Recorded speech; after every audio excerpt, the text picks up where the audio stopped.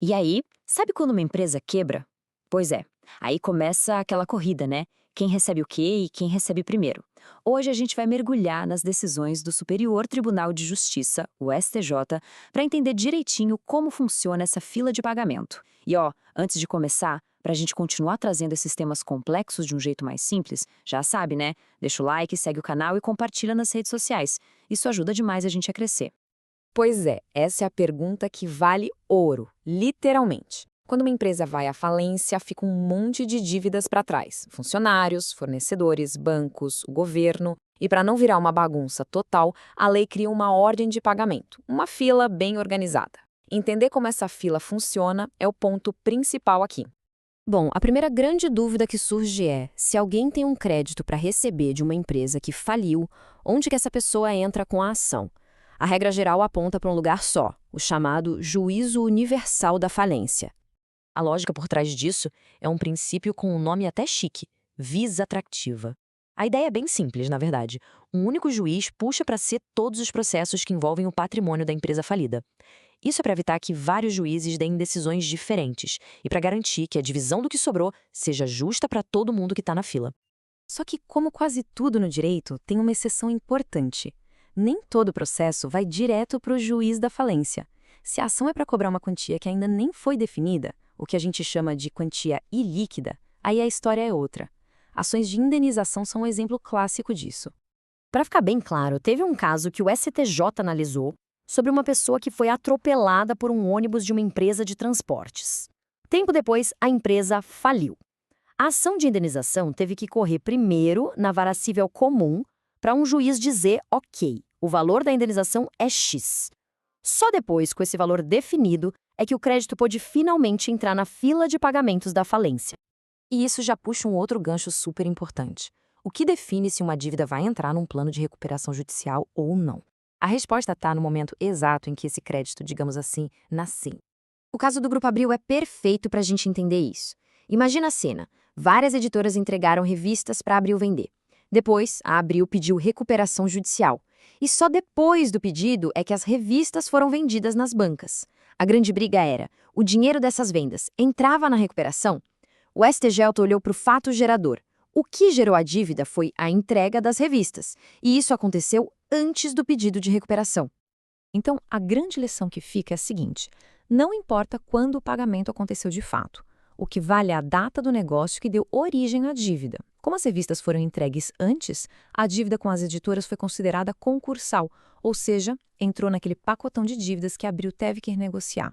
A falência é como uma fila de banco, só que com regras super rígidas. Não adianta furar fila. A lei estabelece uma hierarquia bem clara de quem tem prioridade. E já adianto, nem todo mundo é tratado igual. De um jeito bem simples, a fila é mais ou menos assim. No topo mesmo, estão os créditos extraconcursais. Pensa neles como as despesas do próprio processo de falência. Logo em seguida, vem os créditos trabalhistas, porque salário é comida na mesa. E, coladinho com eles, os honorários dos advogados. É isso mesmo. O STJ já bateu o martelo nesse ponto. Os honorários dos advogados têm o que se chama de natureza alimentar, ou seja, é grana para o sustento, igualzinho a um salário. E por isso eles têm essa prioridade toda, não importa se o credor é um advogado autônomo ou um escritório gigante. E falando nisso, em deixar as coisas mais claras, se essa nossa análise está sendo útil, que tal compartilhar? Mandar para um amigo, postar nas redes. Cada compartilhamento ajuda demais a gente a continuar esse trabalho de traduzir o juridiquês para mais gente. Beleza? Agora vamos mudar o foco e falar de um credor, digamos, bem especial: a fazenda pública, o governo. Quando uma empresa que deve impostos quebra, o governo não é só mais um na fila. Ele joga com regras diferentes. E aqui está o pulo do gato. Enquanto a maioria dos credores é arrastada para o processo de falência, o governo tem uma escolha. Ele pode olhar a situação e decidir o que é melhor: continuar com o processo próprio de execução fiscal ou entrar na fila da falência com todo mundo. É uma decisão estratégica. E quando a gente fala de dívida com o governo federal, tem um número que sempre aparece: 20%. É o famoso encargo legal. Assim que uma dívida de imposto federal vai para a cobrança, ela já ganha esse acréscimo. Mas afinal, o que são esses 20%? A natureza desse encargo é meio híbrida. O STJ já falou que não é um tributo, mas que na hora de pagar tem a mesma prioridade de um tributo. E apesar de não ser tecnicamente um honorário, ele serve para pagar os procuradores e os custos da cobrança. O mais importante, o STJ confirmou que sim, esse encargo pode ser cobrado da massa falida. Certo, agora vamos para uma dúvida que aparece toda hora. Se uma empresa entra em recuperação judicial e consegue renegociar tudo, o que acontece com quem foi fiador ou deu um aval para essa empresa? A pessoa se livra da dívida também? A resposta é um sonoro não. Pensa assim, a recuperação judicial cria um escudo que protege a empresa para ela poder respirar e se reorganizar. Mas esse escudo protege só a empresa. Ele não se estende aos garantidores. Os credores podem continuar cobrando a dívida inteira de quem a garantiu. E olha, isso não é achismo não. Está mais do que consolidado pelo STJ na súmula 581. Está escrito com todas as letras. A recuperação da empresa não impede que a cobrança continue contra os fiadores e avalistas. O credor pode, e com certeza vai, atrás deles. Então, bora fazer um resumão?